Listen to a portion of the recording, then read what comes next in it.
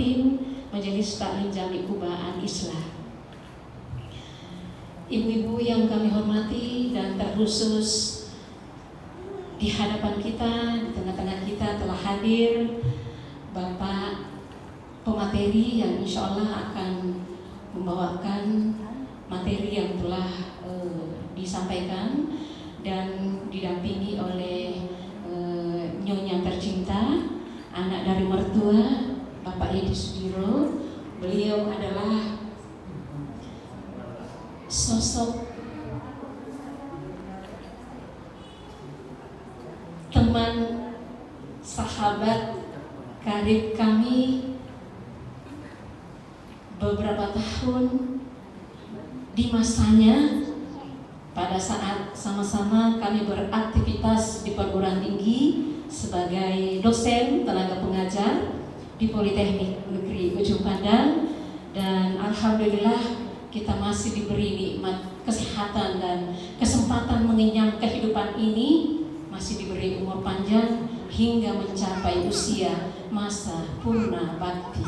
كلما ألقي فيها فوج سألهم خزنتها ألم يأتكم نذير قالوا بلى قد جاءنا نذير فكذبنا فقلنا ما نزل الله من شيء إن أنتم إلا في ضلال كبير.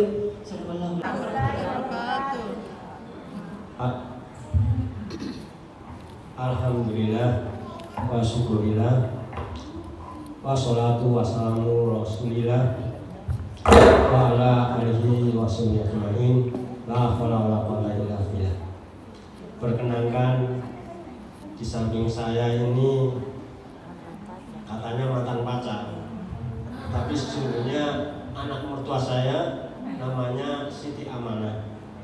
Beliau pensiunan dosen yang kampusnya terbesar di dunia, dan kita mengalami semua. Dan fakultasnya namanya Fakultas Dasar. Dan ditambah ini al-nafiku.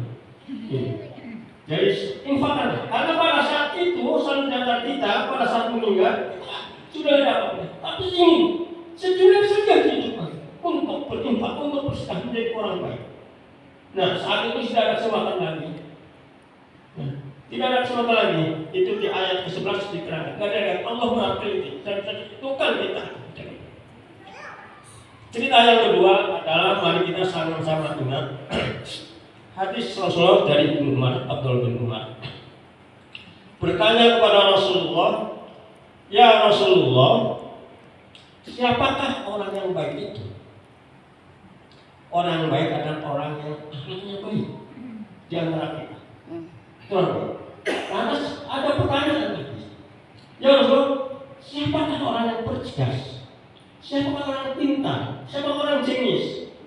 Ternyata jawabnya Rasulullah bukan maaf yang di akademisi, yang benar profesor, doktor, bla bla. Ternyata bukan itu.